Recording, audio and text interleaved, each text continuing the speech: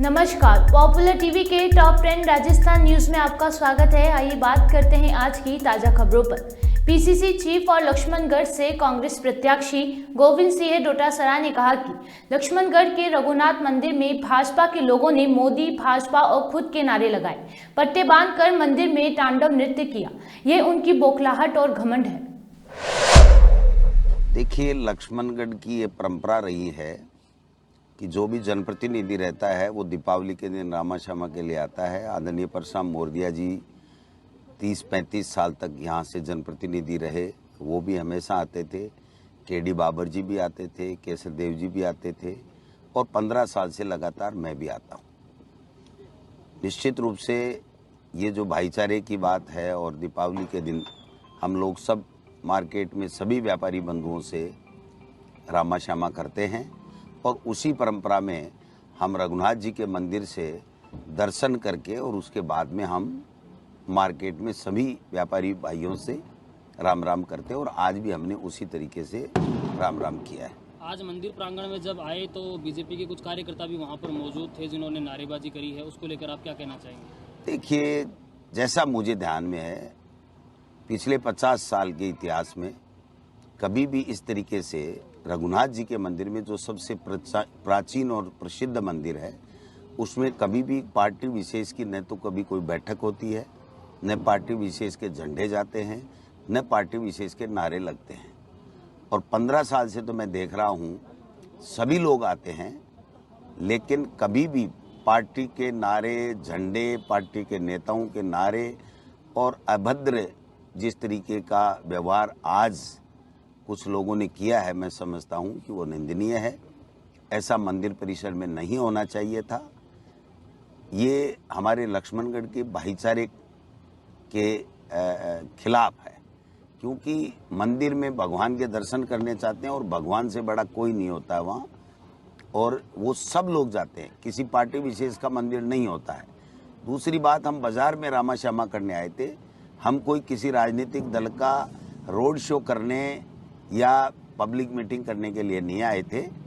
आज तक के इतिहास में लक्ष्मणगढ़ में इस तरीके का नहीं हुआ है। आज जो कुछ भी हुआ है, ये जो भी हमारे बाजार के लोग हैं, जो लक्ष्मणगढ़ के लोग हैं, वो सब देख रहे हैं। और प्रजातंत्र में तो जनता माई बाप होती है और जनता फैसला करती है, और जनता 25 तारीख को अपने मतदान के द्वारा कौन सरकार बनाएगा, कौन जनप्रतिनिधि होगा, इसका फैसला करेगी। यहाँ पर नारे लगाने से कोई फैसले नहीं होते हैं।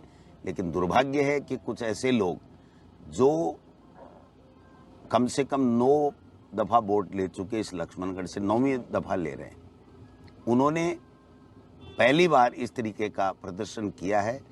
ये बौखलाहट में किया है या उन्होंने सोच समझ करके माहौल लक्ष्मणगढ़ का खराब करने के लिए किया है, वो तो वो जाने। लेकिन मैं समझता हूँ कि लक्ष्मणगढ़ का भाईचारा, गंगा जमनी जो तहजीब है, उसकी एक मिसाल पूरे राजस्थान में है और वो बनी रहेगी। और हम सब भाई भाई, हिंदू, मुस्लिम, सिख, ईसाई, भाई भाई सब लोग दीपावली सनातन का सबसे बड़ा त्यौहार है और शांति और सद्भावना का त्यौहार है। इस दौरान इस तरह की नारेबाजी, क्या कुछ लगता है कि ये कहीं ना कहीं माहौल? देखिए, जिनके पास कोई विजन नहीं होता, जिनके पास कुछ बताने के लिए नहीं होता, वो इस तरीके का माहौल खराब करके और झगड़े करा करके अपनी राजनीतिक रोटियां सेकना चाहते हैं। मैं समझता हूं कि लक्ष्मणगढ़ की जनता इसको कतई स्वीकार नहीं करती है। वो अपने विवेक से फैसला करती है, अपनी आत्मा से फैसला करती है और विकास को चुनती है, न कि दंगों को और न कि इस तरीके का कोड प्रदर्शन को। राजस्थान विधानसभा चुनाव 25 नवंबर को होने वाले हैं, जिसे लेकर आचार संहिता लागू है। लेकिन वोटरों को रिझाने के लिए प्रत्याशी आचार संहिता का उल्लंघन से बाज नहीं आ रहे हैं। भरतपुर जिले की कामा विधानसभा क्षेत्र से एक वीडियो सामने आया है, जिसमें जनसंपर्क के दौरान एक निर्दलीय प्रत्याशी महिला वोटरों को पैसे देते हुए जा रहे हैं।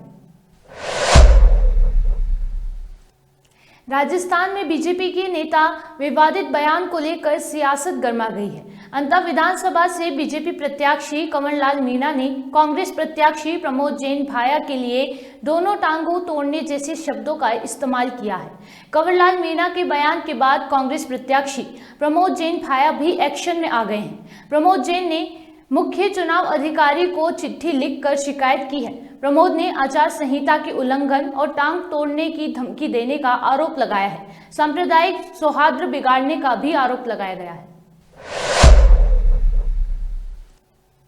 राजस्थान में बीजेपी के नेता विवादित बयान को लेकर सियासत गर्मा गई है। अंता विधानसभा से बीजेपी प्रत्याशी कंवरलाल मीणा ने कांग्रेस प्रत्याशी प्रमोद जैन भाया के लिए दोनों टांगों तोड़ने जैसे शब्दों का इस्तेमाल किया है। कंवरलाल मीणा के बयान के बाद कांग्रेस प्रत्याशी प्रमोद जैन भाया भी एक्शन में आ गए हैं। प्रमोद जैन ने मुख्य चुनाव अधिकारी को चिट्ठी लिखकर शिकायत की है। प्रमोद ने आचार संहिता के उल्लंघन और टांग तोड़ने की धमकी देने का आरोप लगाया है। सांप्रदायिक सौहार्द बिगाड़ने का भी आरोप लगाया गया है।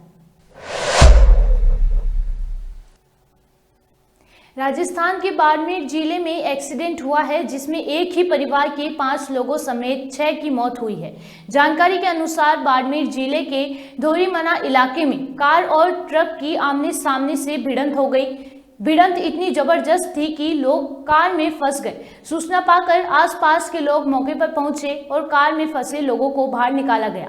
इस एक्सीडेंट से 6 लोगों की मौत हुई है, जिनमें से 5 एक ही परिवार से थे। राजस्थान कांग्रेस सत्ता में वापसी को लेकर 7 गारंटी योजना लेकर आई। मंगलवार को मुख्यमंत्री अशोक गहलोत हाड़ौती संभाग मुख्यालय कोटा से कांग्रेस की 7 गारंटी योजना की रथ यात्रा शुरू कर रहे हैं। बस रूपी गारंटी रथ यात्रा को रामगंज मंडी विधानसभा से प्रदेश के सभी संभाग के लिए रवाना होंगी। कांग्रेस नेता और कार्यकर्ता कांग्रेस की गारंटी योजना को लेकर उत्साहित हैं। राजस्थान के सीएम अशोक गहलोत ने पीएम नरेंद्र मोदी और गृह मंत्री अमित शाह को चैलेंज दिया है। उन्होंने कहा कि मैं चैलेंज देता हूं कि आप किसी भी राज्य में जाएं, काम की बात करें और लोगों को बताएं कि उनके लिए आपने क्या काम किया है। बीजेपी सिर्फ धर्म थोपती है। पीएम भी आएंगे, अमित शाह जी भी आएंगे, सब नेता आएंगे और भड़काने वाले काम करेंगे। हम उनको चैलेंज देते हैं, आप जिस राज्य में जा रहे हो उस राज्य सरकार जो है पूरी परफॉर्मेंस क्या रही 5 साल तक, जो उन्होंने फैसले किए हैं उस पर बोलो। आप आलोचना करो अगर आपको कमी लगती हो तो। हमने जो विकास किए हैं उस पर अगर आप कुछ कहना तो कहिएगा। हम तो विकास के आधार पर चुनाव वोट मांग रहे हैं। हम जो फैसले किए हैं आम लोगों के लिए उसके आधार पर हम वोट मांगने की बात करते हैं। हमने जो कानून बनाए हैं असेंबली के अंदर उसके आधार पर बात कर रहे हैं हम लोग।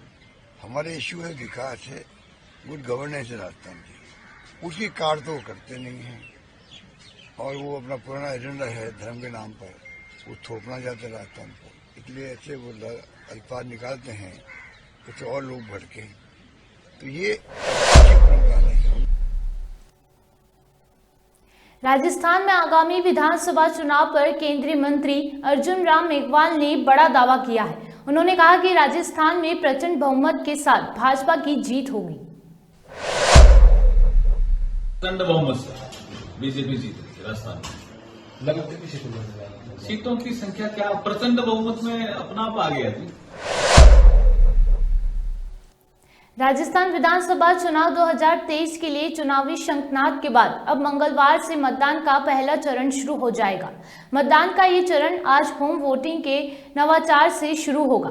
इसमें खास मतदान दल 80 वर्ष से ज्यादा उम्र वाले बुजुर्ग और दिव्यांग मतदाताओं को बैलेट के जरिए घर जाकर मतदान करवाएंगे। राजस्थान में 62,927 पात्र मतदाताओं ने होम वोटिंग के लिए आवेदन किया है।